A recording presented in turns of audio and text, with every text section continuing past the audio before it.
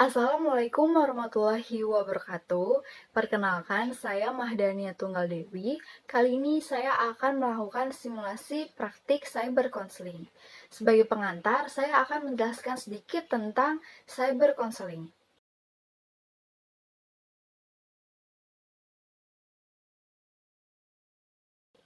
Cyber counseling adalah proses konseling yang dilakukan dengan menggunakan jaringan internet. Bisa dilakukan dengan menggunakan email, chatting, telepon, video live session, ataupun media daring lainnya. Nah, di masa pandemi seperti ini, adanya kebijakan berskala besar ataupun social distancing membuat cyber counseling ini dianggap sebagai metode konseling yang paling efektif untuk memberikan layanan bagi mereka yang mengalami permasalahan di tengah pandemi. Dari video ini, saya ingin melakukan praktik cyber counseling menggunakan media WhatsApp dengan fitur voice note. Yuk kita simak videonya.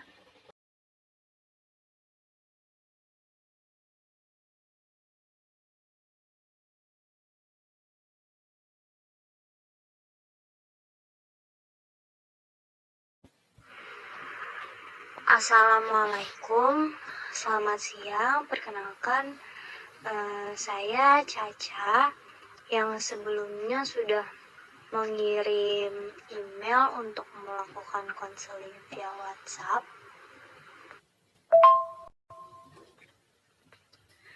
Waalaikumsalam, selamat siang. Perkenalkan, saya Mahdania. Saya sebagai konselor yang akan membantu sesi konseling Mbak Caca pada siang hari ini. Baik, Mbak. Mbak bisa memanggil saya Caca. Sebelumnya salam kenal ya, Mbak. Iya, baik Mbak Caca. Kalau boleh tahu, Mbak Caca ini sekarang seorang pelajar atau mahasiswa ya? Saya mahasiswa, Mbak. Saat ini saya sedang semester 5. Oh, begitu. Ngomong-ngomong kalau boleh tahu, pembelajaran sekarang ini masih melalui daring atau sudah tatap muka ya, Mbak? Untuk sekarang masih daring sih, Mbak. Oh, gitu. Berarti sekarang lebih banyak waktu luang di rumah ya? Kalau boleh tahu, Mbak, kira-kira untuk mengisi waktu luang biasanya Mbak Caca melakukan apa? Karena sekarang lagi di rumah aja, jadi saya biasanya sih lagi sering masak sih, Mbak. Oh, gitu. Lalu, gimana kabarnya Mbak Caca hari ini?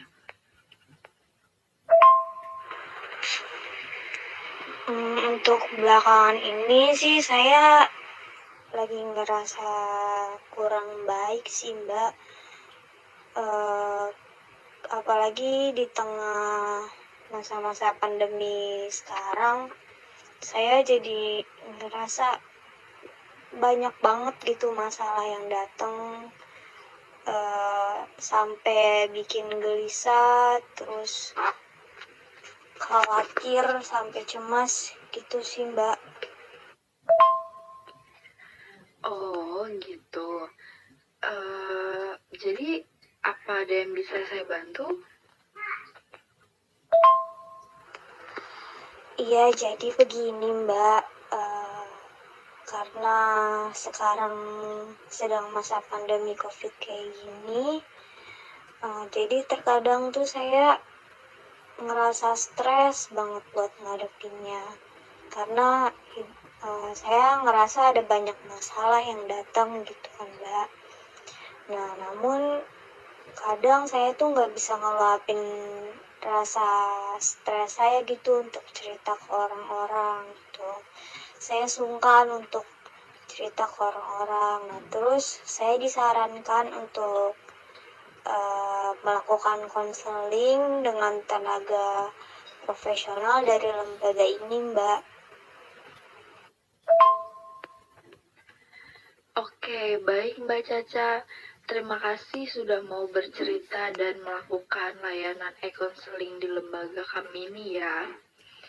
Menurut saya, Mbak Caca sudah melakukan satu langkah yang tepat dengan menghubungi lembaga kami, karena di lembaga ini kami memberikan layanan konseling baik individu ataupun kelompok yang mengalami permasalahan terkait stres, terutama bagi mereka yang terdampak COVID.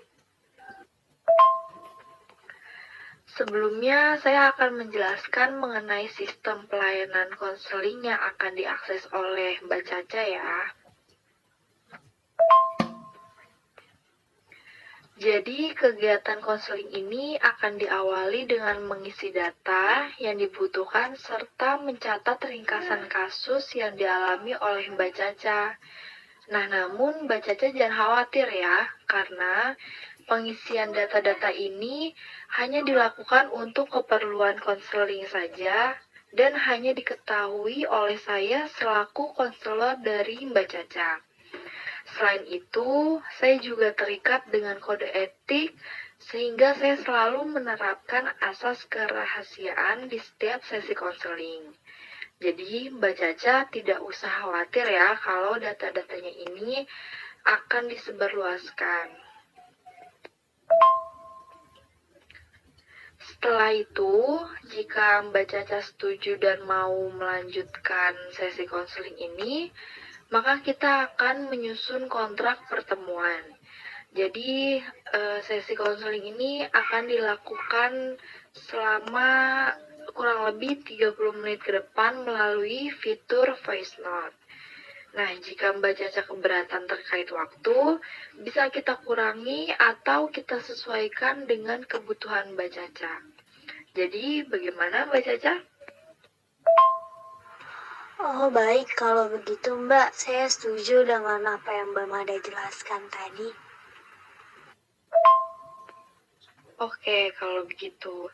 Lalu apa Mbak Caca bisa menceritakan mengenai permasalahan yang sedang dialami oleh Mbak Caca sekarang? Iya, jadi begini Mbak. Belakangan ini tuh saya ngalamin stres yang cukup berat. Karena kan di masa pandemi kayak gini tuh kesulitan belajarnya tuh cukup besar yang saya rasain.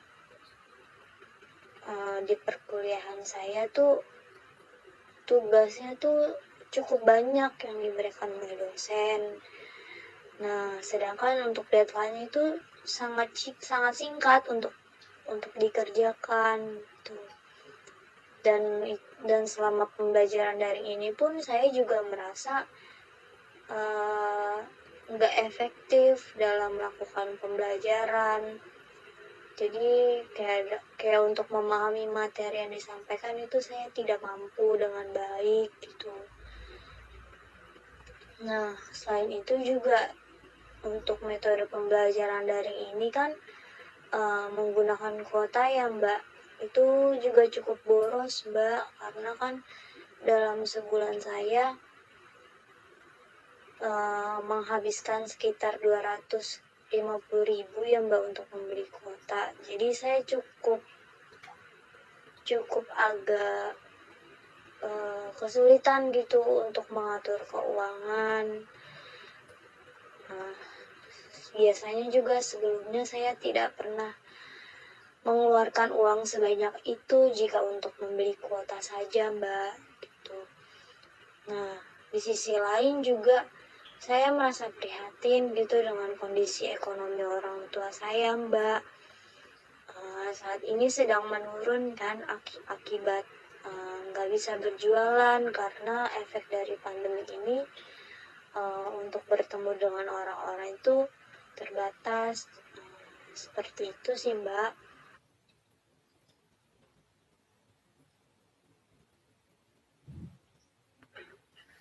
Oh, jadi gitu. Saya paham apa yang sedang dirasakan oleh Mbak Caca. Untuk itu, silakan Mbak Caca bercerita dan mengeluarkan semua unek-uneknya ya. Di sini saya sebagai konselor akan membantu Mbak Caca. Nah, namun bukan berarti saya paling mengetahui permasalahan yang sedang Mbak Caca hadapi. Tapi di sini kita dapat bersama-sama mencari penyelesaian dari permasalahan yang sedang Mbak Caca hadapi sekarang. Kalau boleh tahu, permasalahan apa yang benar-benar menekankan pikiran Mbak Caca sehingga membuat Mbak Caca stres? Permasalahan yang sangat menekan saya saat ini itu terkait ekonomi keluarga, Mbak. Saya tuh ngerasa kasihan banget sama orang tua saya karena mereka itu harus bekerja keras dalam mencukupi kebutuhan saya dan juga adik saya, yang dimana adik saya ini sebentar lagi mau masuk SMP, Mbak. Nah, yang di waktu bersamaan juga orang tua saya pun harus membayar uang semester untuk perkuliahan saya, dan itu membutuhkan biaya yang cukup banyak. Nah, sedangkan di masa pandemik saat ini orang tua saya ini sempat berhenti berjualan karena kebijakan dari pemerintah yang harus di rumah saja. Saya takut, Mbak, orang tua saya tidak mampu untuk membiayai saya dan adik saya. Namun saya juga tidak tahu harus berbuat apa, Mbak, untuk membantu kedua orang tua saya.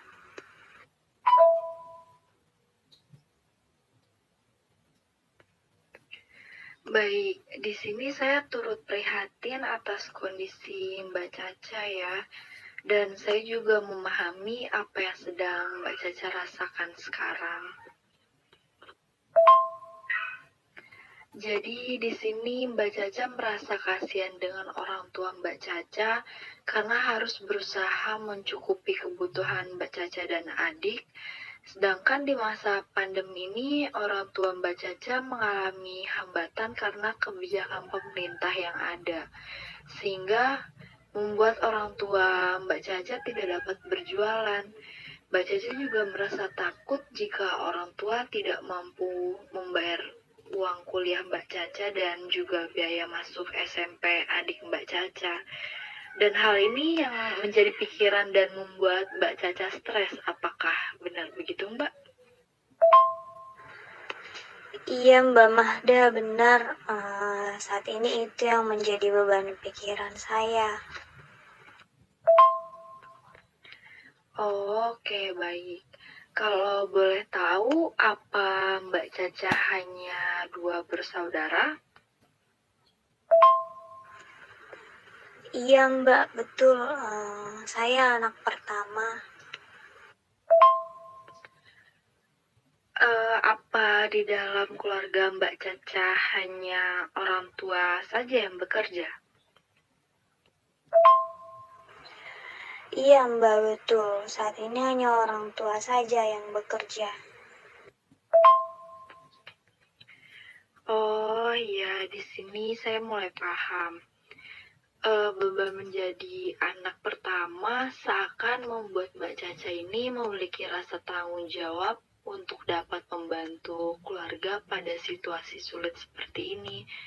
Namun, status Mbak Caca yang masih menjadi mahasiswa dan belum bekerja membuat Mbak Caca bingung harus berbuat apa. Karena Mbak Caca merasa tidak memiliki kemampuan untuk membantu orang tua. Apakah benar begitu, Mbak? Iya, Mbak, betul banget.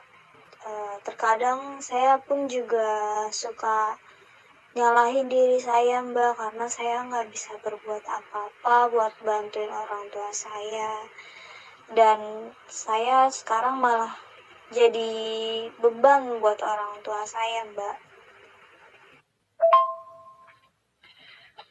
Saya paham betul perasaan Mbak Caca Caca dalam menghadapi situasi seperti ini. Tapi yakin Mbak, setiap anak itu adalah rezeki dan anugerah bagi orang tua mereka. Jadi jangan terlalu berpikir bahwa Mbak Caca ini menjadi beban bagi orang tua.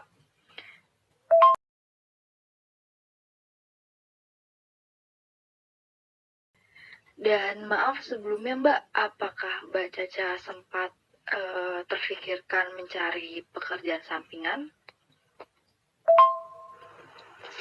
Iya Mbak, saya pernah mencoba mendaftar pekerjaan part-time untuk mahasiswa, namun saya tidak lolos Mbak.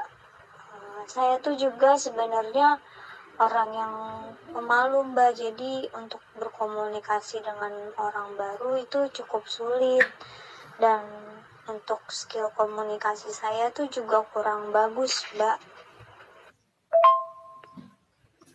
Oh, jadi seperti itu ya Mbak.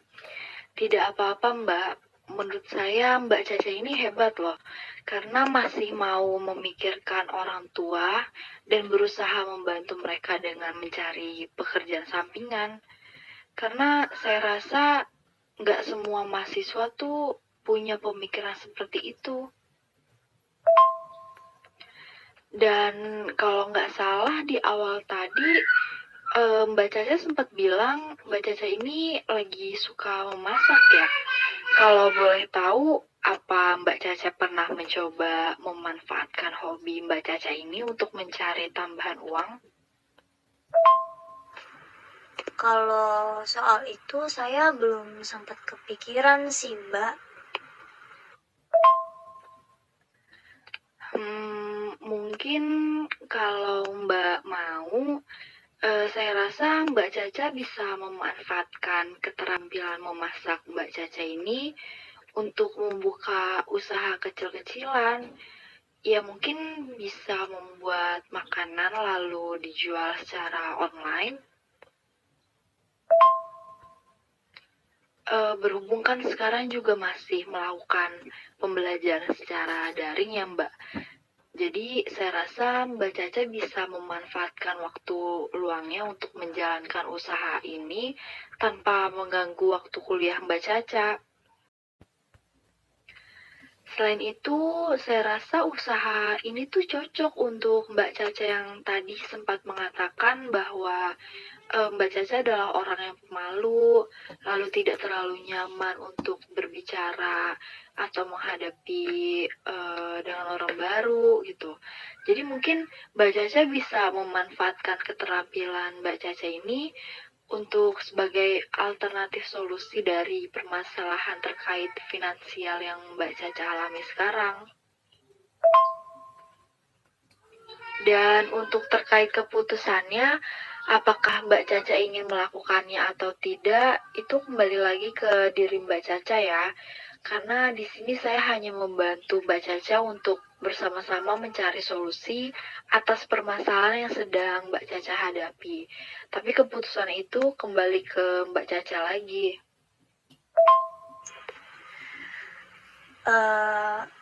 Sarannya bagus sih Mbak, apa yang Mbak Mada bilang tadi. Terima kasih ya Mbak. Mungkin akan segera saya coba dan saya lakukan Mbak. Berhubung juga kan karena saya sedang membutuhkan uang ya Mbak, walaupun sekadar untuk membeli kuota dan juga kebutuhan yang lainnya yang saya inginkan, yang saya butuhkan gitu ya Mbak. Setidaknya dengan itu saya tidak terlalu merepotkan kedua orang tua saya Mbak. Iya Mbak Caca, saya mendukung apapun keputusan yang Mbak Caca ambil. Semoga dengan cara ini Mbak Caca dapat menangani permasalahan Mbak Caca dan dapat sedikit banyaknya mengurangi beban Mbak Caca yang sedang dihadapi ya. Baik Mbak, apakah sampai sini masih ada yang ingin disampaikan lagi? Saya rasa sudah cukup Mbak. Alhamdulillah Saya merasa sangat terbantu dengan melakukan e-counseling seperti ini. Terima kasih banyak ya Mbah Mada sudah mendengarkan. Alhamdulillah. Iya, sama-sama ya Mbak Caca. Apabila ada yang ingin disampaikan lagi, Mbak Caca bisa melakukan e-counseling ini lagi atau menghubungi kontak person yang sudah tercantum di web kami ya. Kalau begitu, mungkin saya bisa cukupkan sesi konseling pada siang hari ini. Saya ucapkan terima kasih. Wassalamualaikum warahmatullahi wabarakatuh. Selamat siang, Mbak Caca. Baik Mbak, terima kasih kembali. Wassalamualaikum warahmatullahi wabarakatuh.